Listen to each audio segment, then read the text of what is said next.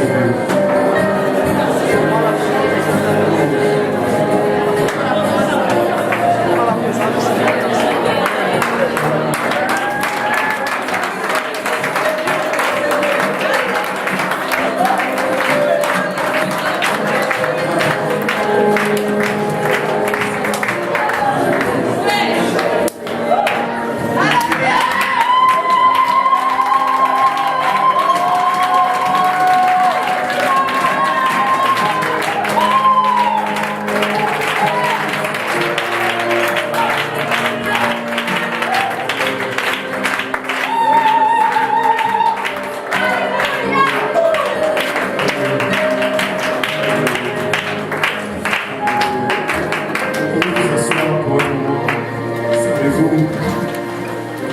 Cette présence du Seigneur est tellement électrisante dans la scène.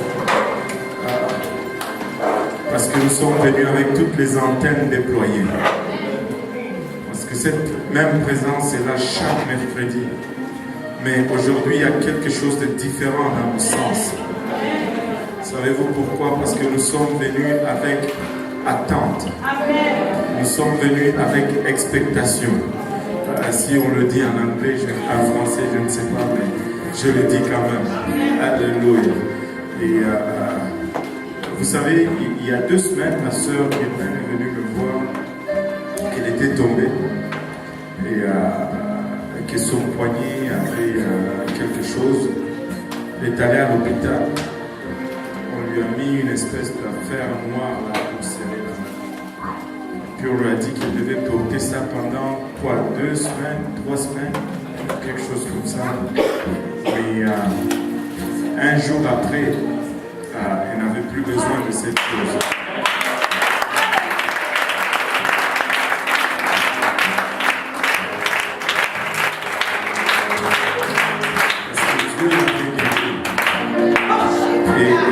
Et là, presque tous les jeunes qui sont au courant sont excités.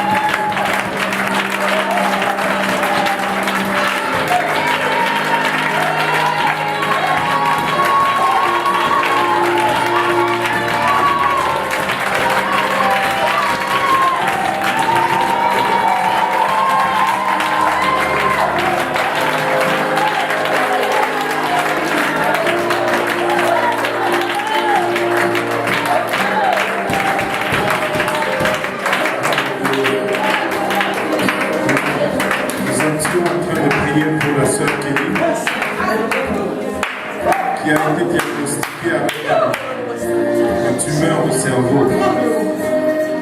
Les médecins ont fait leur scan, ils ont vu la tumeur, etc. Elle était supposée être opérée hier en matinée ici, et dans l'après-midi en France. Et le dimanche passé, les jeunes se sont réunis. On a prié à 2 reprises. Première fois, on n'avait pas tous les jeunes. On a prié pour la guérison de la sœur Kelly. La deuxième fois, les jeunes ils ont exprimé leur désir de prier aussi. Et je leur ai dit, on ne doit pas prier pour la guérison, parce qu'on a déjà prié pour ça. On doit remercier Dieu pour sa guérison.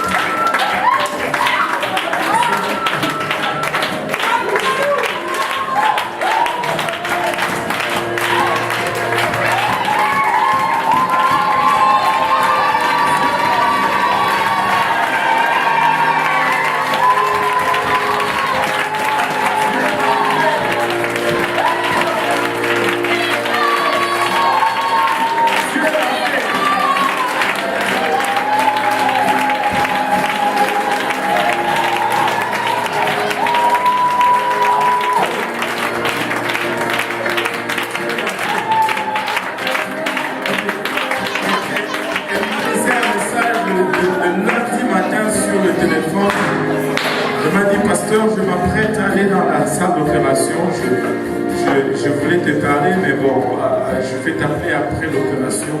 Mais j'ai eu un rêve bizarre. Il a dit, j'ai rêvé que quelque chose est venu durant la nuit et m'a touché à la tête. Et puis ma tête a commencé à chauffer. Et puis je me suis réveillé, ma tête était chaude, tout mon corps chauffé. Je ne sais pas c'est quoi, mais bon. Je te rappelle après l'opération. Puis quand ils sont allés dans cette salle pour l'opérer, ils ont fait des scans pour localiser cette tumeur. Il n'y avait plus de tumeur.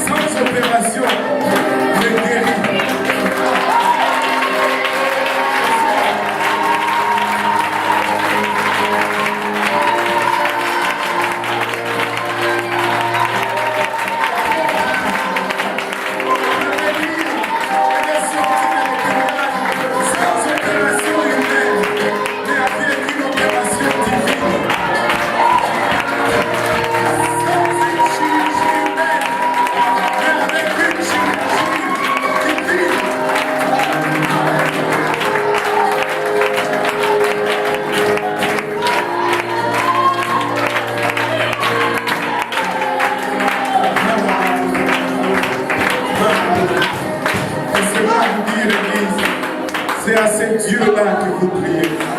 C'est ce Dieu-là que vous adorez. C'est ce Dieu-là, alléluia, que vous prêchez et annoncez. Alléluia. Il fait encore de prodiges et de miracles. Puisque nous nous alignons dans sa volonté et puis le fait. J'ai partagé ceci avec le groupe de lundi soir. Et j'ai dit, il y a deux choses. La consécration et la motivation. Quand nous nous consacrons, nous obtenons des résultats. Mais pas toujours. Parce que même le monde, lorsque le monde se consacre, ils obtiennent des résultats. Peu importe le domaine dans le monde, quand tu te consacres, tu as des résultats. Et Dieu m'a montré une chose. Avec lui, au-delà de la consécration, il y a la motivation. Si tu te consacres sans la bonne motivation, tu n'auras pas de résultats. Si, comme Église, nous mettons notre motivation à la bonne place, comme peuple, au-delà de la consécration, comme personne, au-delà de la consécration, si notre motivation est bonne, nous allons voir des choses que nous n'avons jamais vues auparavant. Et Dieu prépare cette église à entrer dans cette autre dimension.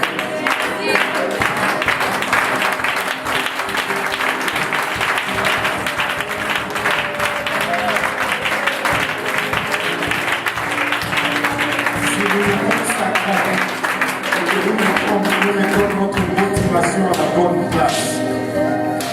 rien ne va nous arrêter.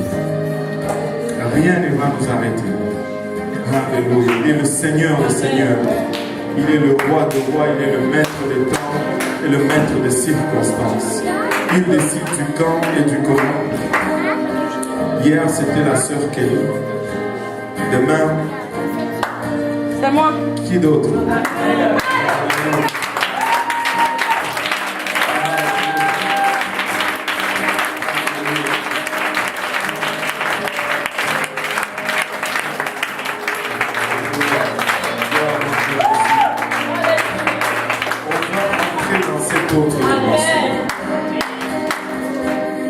Gardons notre consécration et veillons à notre motivation. Pourquoi je suis là? Pourquoi est-ce que je sers Dieu? Et je suis même allé plus loin avec le groupe de lundi. Je dis, chez nous, quand il y a ce qu'on appelle, quand tu fais un mariage par internet, si tu es une femme qui marie un homme riche, tu l'épouses à cause de son argent. Je ne sais plus ce qu'on appelle, quelque chose comme profiteur. Mais quand c'est un homme qui épouse une femme, il y a un nom très populaire chez nous, on les appelle les marios. Nous ne sommes pas des marios avec nous. Sommes vraiment mariés.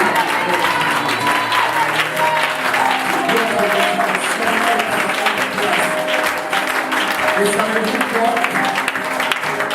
Qu'ils guérissent, nous allons l'adorer quand même. Qu'ils ne guérissent pas, nous allons l'adorer.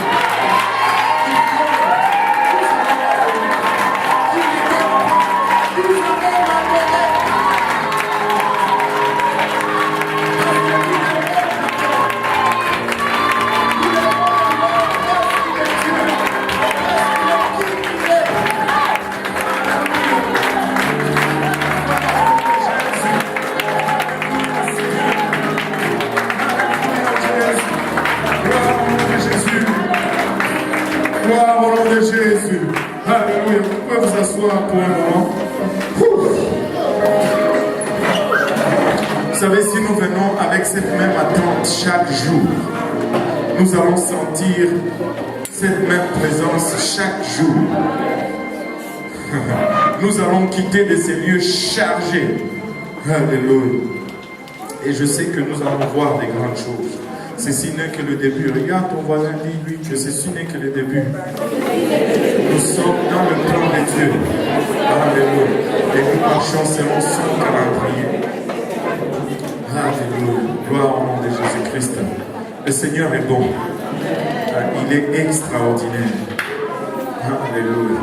Il est extraordinaire. On va faire rapidement nos annonces. Le frère Yohan va venir passer le plat de l'offrande. Sans souliers.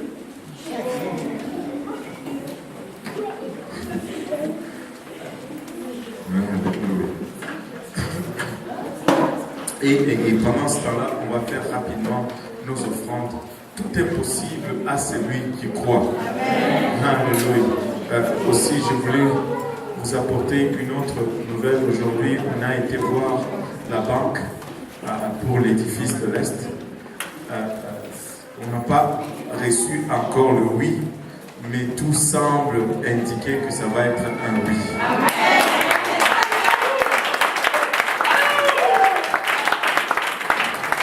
Et cette dame me dit, ne vous inquiétez pas, on va vous aider. Et je vais regarder avec la Banque de Montréal et la Banque de développement, blablabla. Je dis, ouais, alléluia, ça va venir. Gardez cela en prière parce que nous voulons que ça soit fait. Amen. Donc, rapidement pour nos annonces, la semaine, nous devons d'abord finir celle-ci. Et demain, c'est le service à l'église de l'Est et sur les 10 commandements. Soyez là si vous pouvez. Et le vendredi, les dames francophones prient ici dans le sous-sol.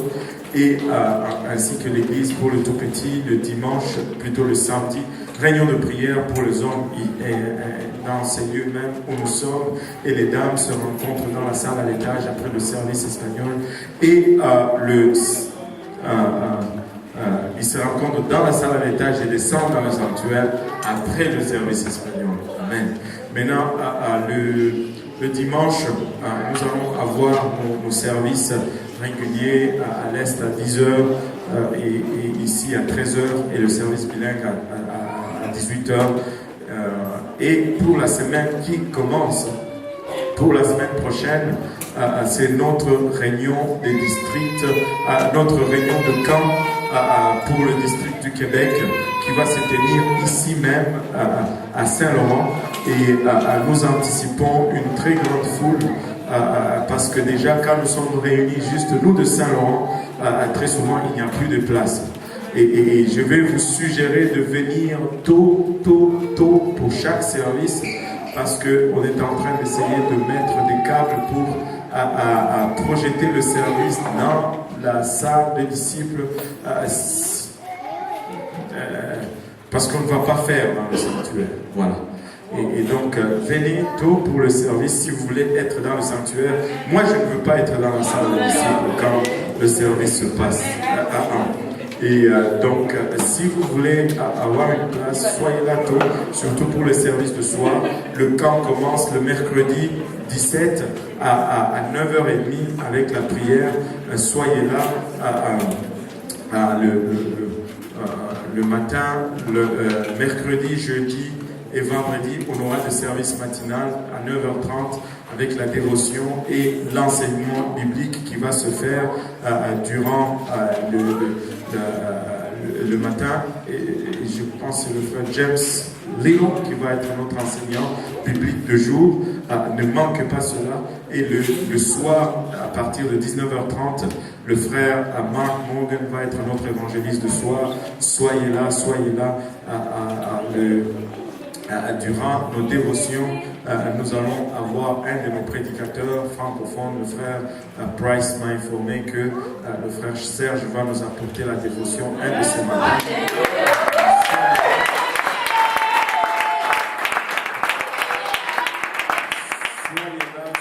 Soyez là. Et le vendredi soir, le vendredi en furie.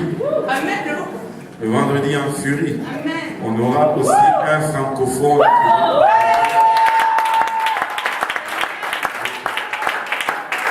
Je vais vous dire, attendez la surprise.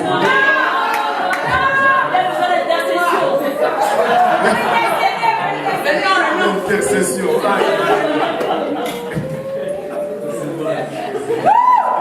Elle est bonne celle-là.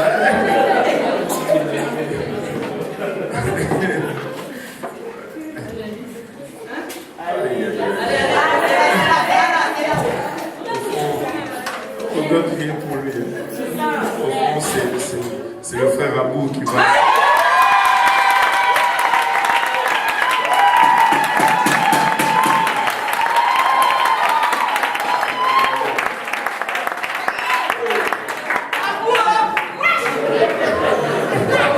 Alléluia. Il fallait qu'il prie pour toi. C'est ça. Au fond, le frère Serge, c'est vraiment le frère Price qui l'a choisi. Il m'a demandé qui je voulais pour le Fire Friday. J'ai dit le frère. Amen. Il m'a demandé de prier et j'ai prié. Dieu m'a dit le frère.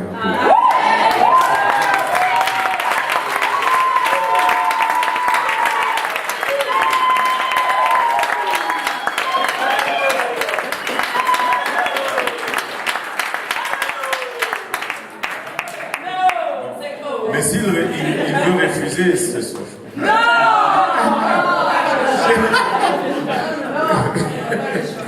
Gloire à Jésus. On va les garder en prière durant les jours qui restent, lui ainsi que le frère Serge. Donc soyez là chaque matin, parce que je ne sais pas quel jour le frère Serge va apporter sa dévotion. On m'a juste dit de m'assurer qu'il allait être là, qu'il avait pris congé pour le camp. Amen. Donc, frère Serge, tu dois dire à Hydro-Québec, pardon. Voilà, alléluia. Et donc voilà pour nos annonces. Donc on va continuer à prier vraiment pour l'évangélisation francophone. Il y a beaucoup de choses qui arrivent.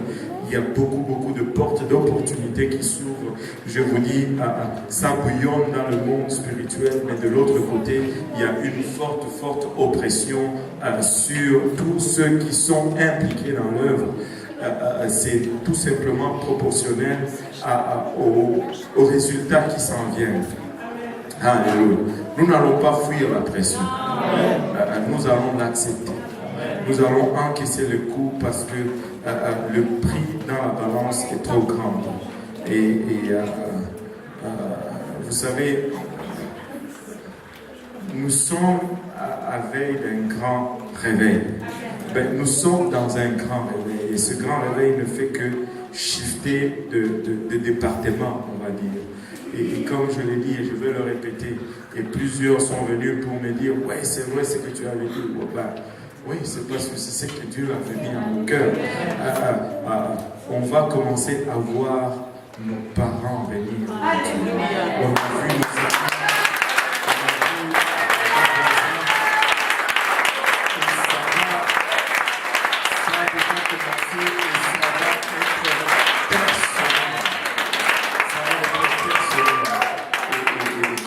Dieu l'amène à la maison. Alléluia. Mais nous devons tenir ferme.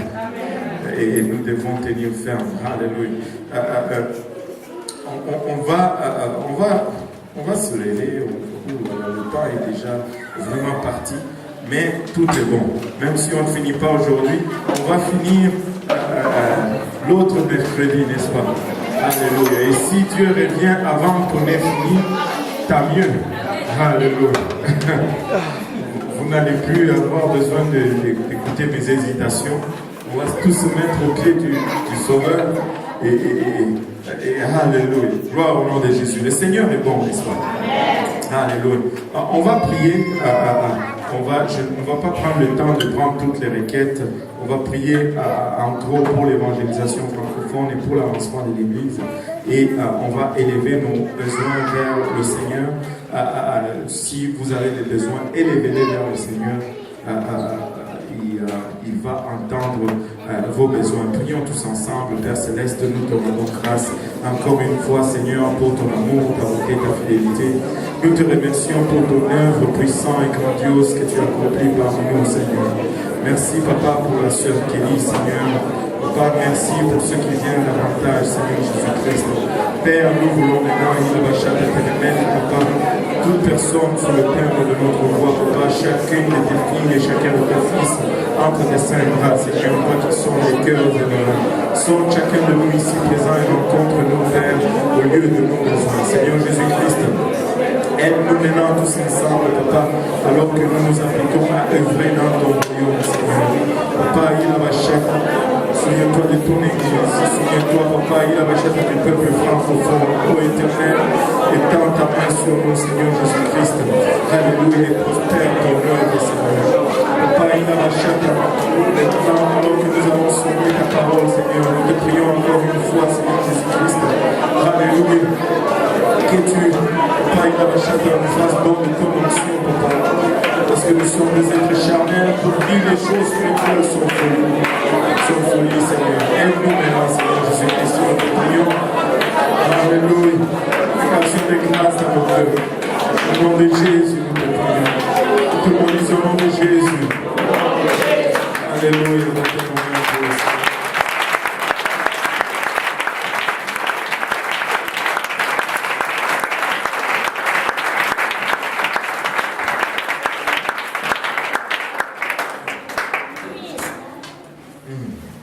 Vous pouvez vous asseoir. Nous avions commencé cette étude il y a 2 mercredis. On a intitulé La puissance du pardon. Et le Seigneur nous a mis à cœur vraiment de faire un travail préparatif pour les choses à venir. nous allons d'abord décharger nos cœurs et après nous allons orienter notre façon. Nous allons faire le pardon, nous allons faire l'intercession et nous allons faire les dons spirituels. Mais nous avions commencé à parler du pardon, nous avions parlé de Matthieu 6, verset 14, qui dit « Si vous pardonnez aux hommes leurs offenses, votre Père Céleste vous pardonnera aussi. Mais si vous ne pardonnez pas aux hommes, votre Père ne vous pardonnera pas non plus vos offenses. » Et nous avons étudié largement sur le pardon, sur le méfait du pardon, sur du manque de pardon, les effets spirituels, les effets physiques et les effets émotionnels sur nous. Et maintenant, nous allons continuer. Nous étions arrêtés au lieu où nous sommes dit, mais pourquoi y a-t-il tellement des gens qui ne pardonnent pas? Et c'est là non seulement dehors, mais même dans la maison de Dieu, dans l'église. Si Dieu nous demande d'enseigner sur le pardon, c'est parce qu'il y a beaucoup de manque de pardon parmi nous.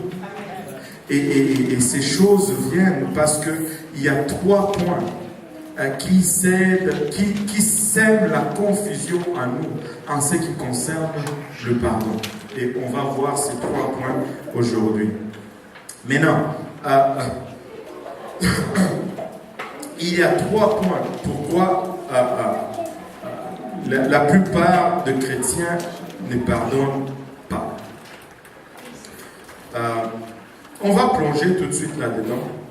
On s'était arrêté là hier, on avait parlé que la question du pardon touchait plutôt, il y a 2 semaines, que la question du pardon touchait tout le monde et ça touchait nos habitudes de chaque jour. Parfois, c'est une crise majeure que nous sommes obligés de pardonner, qui sont plus difficiles à pardonner, comme une épouse infidèle ou un époux infidèle, un divorce non désiré ou une relation abusive de votre travail. Mais très souvent, ou la plupart du temps, ce sont des petites choses, des infractions moins graves qui nous sont le plus difficiles à pardonner. Par exemple, être négligé par un ami. Tu vas voir quelqu'un qui va faire tout un gros plat parce que quelqu'un l'a ignoré. Alors que peut-être que la personne avait tout simplement trop de problèmes dans sa tête. Et surtout, je vais prêcher un peu pour moi-même. Surtout moi, j'ai trop de sujets qui me courent dans la tête en même temps. Donc, si je t'oublie ou si crois-moi, c'est pas parce que j'ai fait par exprès. C'est tout simplement parce que je cours après plusieurs choses. Et ça m'arrive d'oublier. J'avais une étude biblique avec un couple qui vient à l'église le lundi. J'étais embarqué dans une autre étude biblique. C'était tellement intense. On a commencé dans la Genèse. Et imaginez-vous, on était 2e leçon. On est encore dans Genèse. Mais on parlait déjà de la sanctification. C'était tellement intense. Je me rappelle que c'était 2 heures, 3 heures encore. Et que j'ai oublié l'autre étude. Ce n'est pas parce que j'ai calculé. Je les ai appelés, je leur ai dit pardonnez-moi, vraiment, voilà la situation dans laquelle je me trouvais. Bon. S'ils s'offensent, pauvre moi, ce n'est pas parce que je les ai négligés, mais c'est parce que je suis encore humain. Et vous êtes encore humain. Regarde ton voisin, dis-lui, je suis encore humain. Dieu travaille encore sur nous tous. Donc nous devons nous allouer comment on dit ça? Des marges d'erreur. Voilà, nous devons nous allouer les uns les autres. Ton frère peut tout simplement juste se tromper. Ça peut être tout simplement ça. Ou ton père, ton frère ou ta soeur peut tout simplement juste oublier. Ça peut être tout simplement ça et rien d'autre. Amen. Et indépendamment de la taille de l'infraction, les pardons n'est généralement pas la solution privilégiée. Nous recherchons d'abord la justice au lieu de rechercher le pardon. Amen. Surtout quand c'est nous qui étions offensés. Ce n'est pas la première chose que nous allons rechercher. Pourquoi les chrétiens qui ont été pardonnés autant, si nous comptions, c'est que Dieu nous a pardonnés et nous avions été pardonnés. Amen. Waouh! Pourquoi avons-nous autant de difficultés à pardonner aux autres? Il y a 3 raisons pourquoi cela. Premièrement, je ne comprends pas ce qu'est le pardon et ce que le pardon n'est pas. Ça, je pense que c'est la raison principale. On ne comprend même pas c'est quoi le pardon ou ce que n'est pas le pardon. Il y a des choses qui ne sont pas pardon, mais nous pensons que c'est ça le pardon. Regardez, il y a eu un sondage qui a été fait et il y a 4 questions qui ont été posées durant ces sondages. Et je veux vous poser ces 4 questions et je veux voir c'est quoi les réponses que nous allons avoir. Et puis après, on va élaborer sur ces sondages. Première mise en situation ou question. Et vous allez répondre, si vous êtes d'accord, vous levez la main. Si vous n'êtes pas d'accord, vous ne levez pas la main. Amen. Amen. Soyez honnêtes. Ne trichez pas. Il dit, le premier mise en situation, c'est que vous ne pouvez pas pardonner sincèrement quelqu'un à moins que cette personne montre des remords pour ce qu'elle a fait. Vrai ou faux?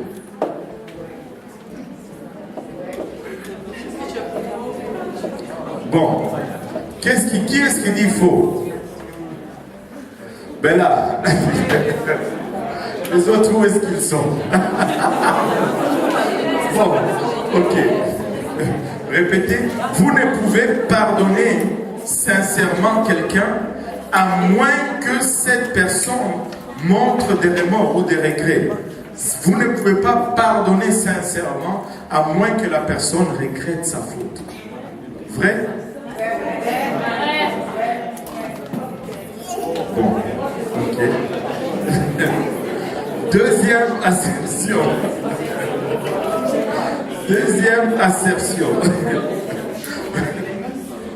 Maintenant, si vous avez vraiment pardonné à quelqu'un, vous voudriez que cette personne soit libérée des conséquences de leur acte.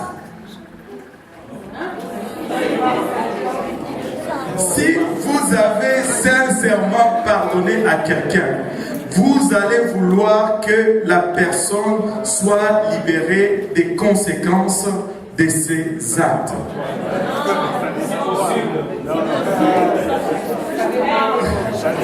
Qui dit faux? Bon. Alléluia. Ok. Troisième déclaration. Si vous avez vraiment pardonné à quelqu'un, vous devez reconstruire votre relation avec cette personne.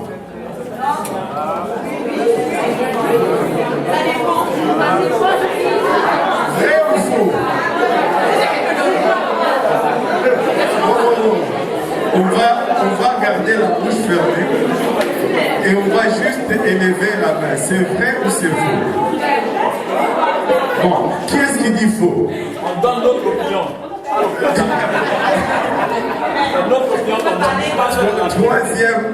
Quatrième et dernière assertion. Si on peut juste garder silence, comme ça on va bien pouvoir se communiquer. Si vous avez vraiment pardonné à quelqu'un, vous voudriez être capable d'oublier ce qu'ils vous ont fait. Vrai ou faux? Bon, maintenant, vous baissez. Qui dit faux? Oh boy, juste une personne. Mais qui dit vrai? Ok, là, au moins, il y en a qui n'ont pas levé. Je ne sais pas. Mais non, il y a eu plus de vrai que de faux. Mais le point de vue biblique du pardon, toutes ces assertions sont fausses.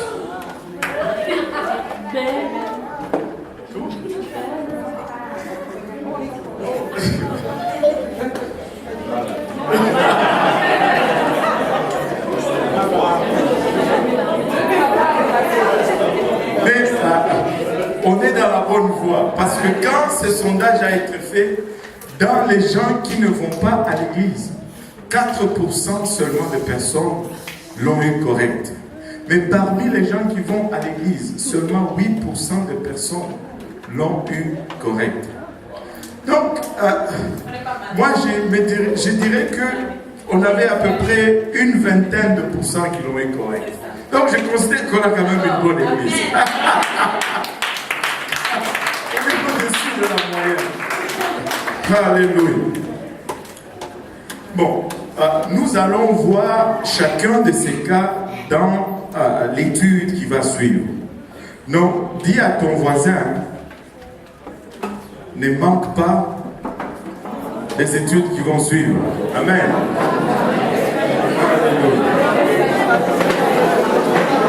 Maintenant, les 4, on va les appeler des mythes.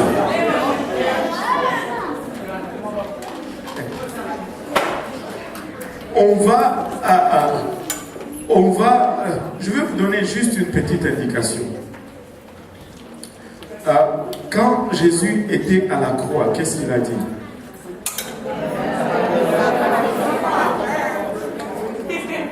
Ils ne savent pas s'il n'y a pas de vrai mort là-dedans.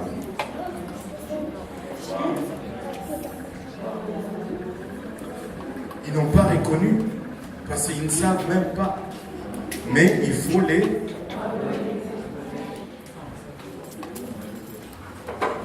Oh, qu'est-ce que c'est dur. C'est dur, n'est-ce pas?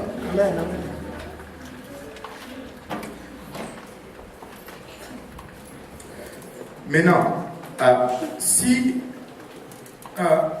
j'ai toujours donné cet exemple, une jeune fille, ça c'est juste pour comprendre que ces assertions sont fausses, mais on va les étudier en profondeur par la suite. Une jeune fille qui vivait en Dieu, beaucoup connaissent cet exemple, vivait dans le Seigneur, blablabla, et là, elle se décide à aller voir ce qu'il y a dans le monde. Mauvaise idée. Une très mauvaise idée. Les gens sortent du monde en fuyant pour entrer dans l'église. Il ne faut pas aller dans le sens contraire. Et là, elle va là, et elle tombe dans la fornication, et pouf, elle tombe enceinte.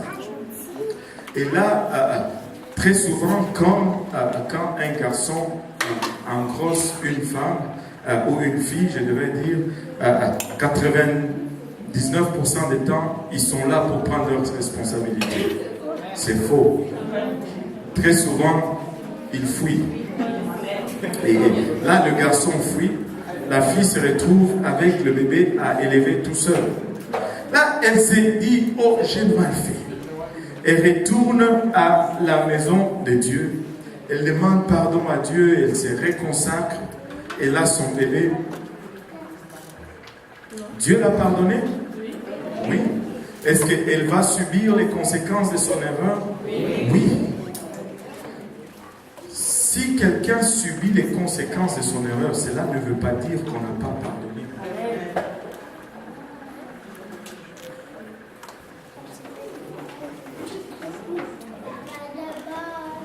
Le pardon n'a rien à voir avec la conséquence.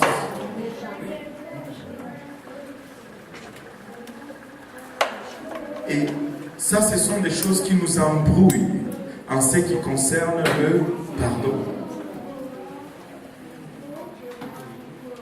Tu vas recevoir le pardon, mais tu vas vivre les conséquences de ta décision, de ton erreur, parce que tu as fait une erreur.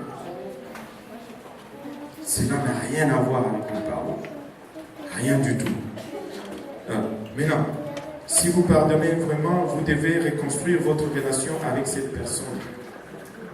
C'est faux.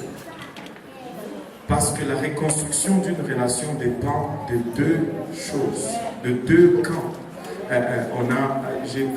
introduisant cette leçon, j'ai parlé de cela. Il y a une différence entre le pardon et la réconciliation.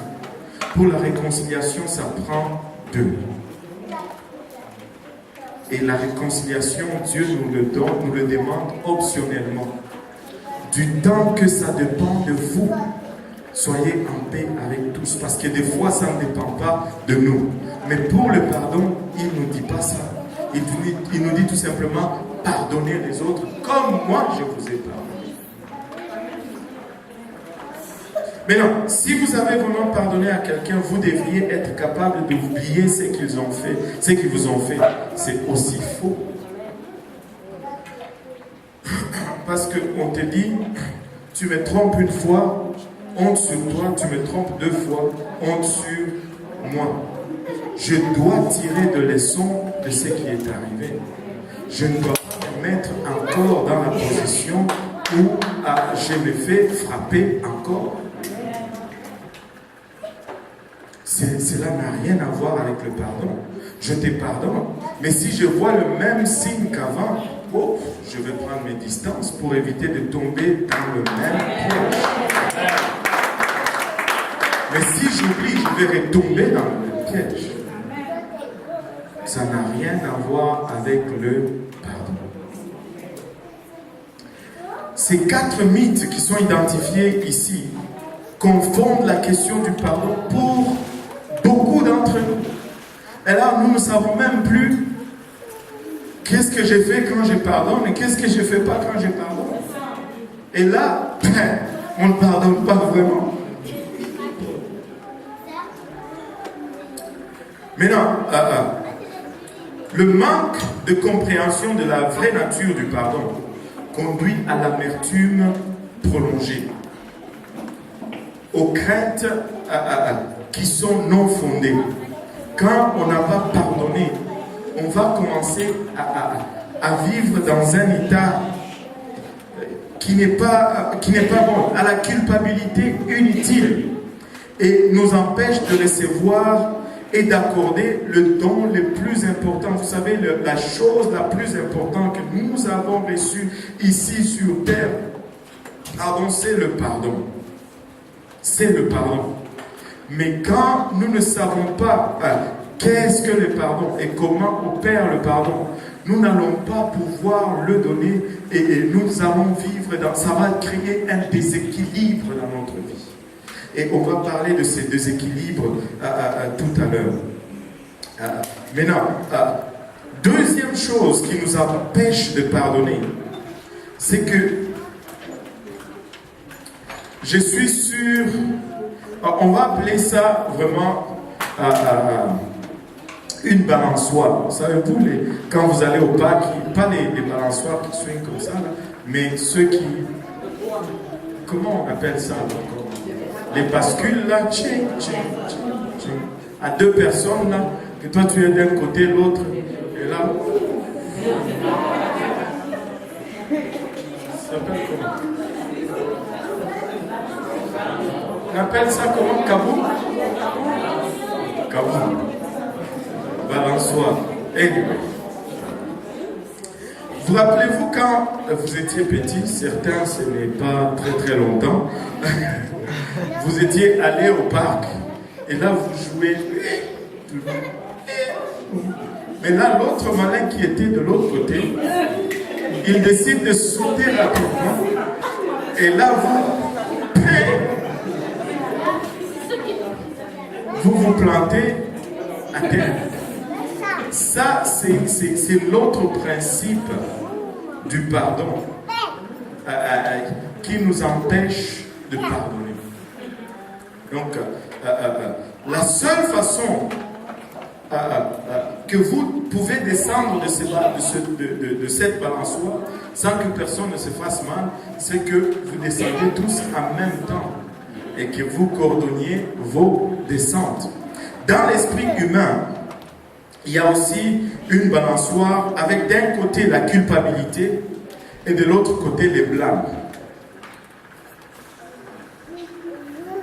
Mais non, si nous déchargeons d'un côté rapidement, ça tombe rapidement de l'autre côté et ça crée un déséquilibre émotionnel.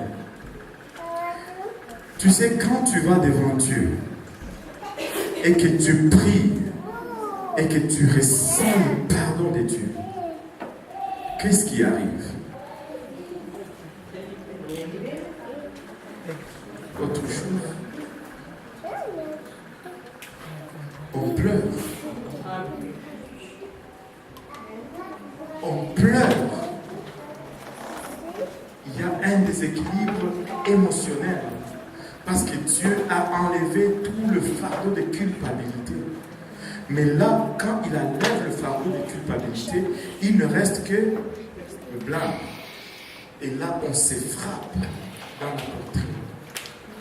Et on pleure devant Dieu. Et on pleure devant Dieu. Mais si de l'autre côté, on ne va pas rétablir cet équilibre avec le pardon des autres, en pardonnant les autres, ce blâme va rester sur nous. Parce que la seule façon que nous avons d'enlever nos blâmes, c'est de pardonner aux autres leurs fautes. Si nous ne pardonnons pas aux autres leurs fautes, nous allons toujours ressentir le poids du blâme sur nous. Regarde ton voisin, dis-lui, il faut pardonner. On n'a vraiment pas de choix. Si tu veux rétablir cette balançoire en équilibre, il faut que tu pardonnes. Il faut que tu pardonnes.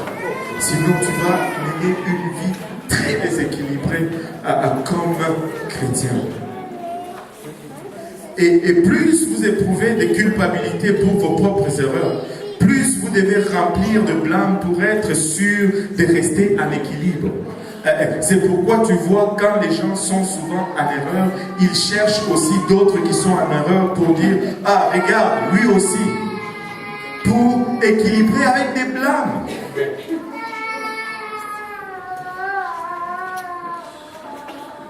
Tu as mal fait. Oui, mais l'autre...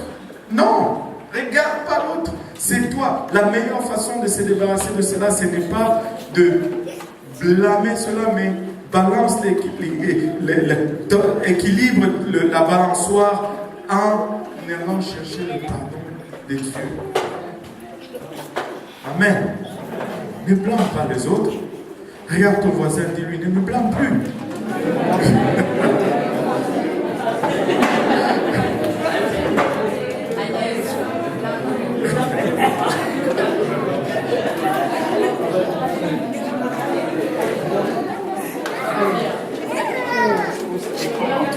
Maintenant, notre sens de l'autopréservation nous empêche donc, si nous regardons comment tout ceci fonctionne, nous empêche de pardonner les autres parce que nous ne voulons pas accorder le pardon et rester avec le sac de notre culpabilité personnelle. Ainsi, nous, au lieu de pardonner les autres, mais nous recherchons plutôt leur faute pour les rendre coupables.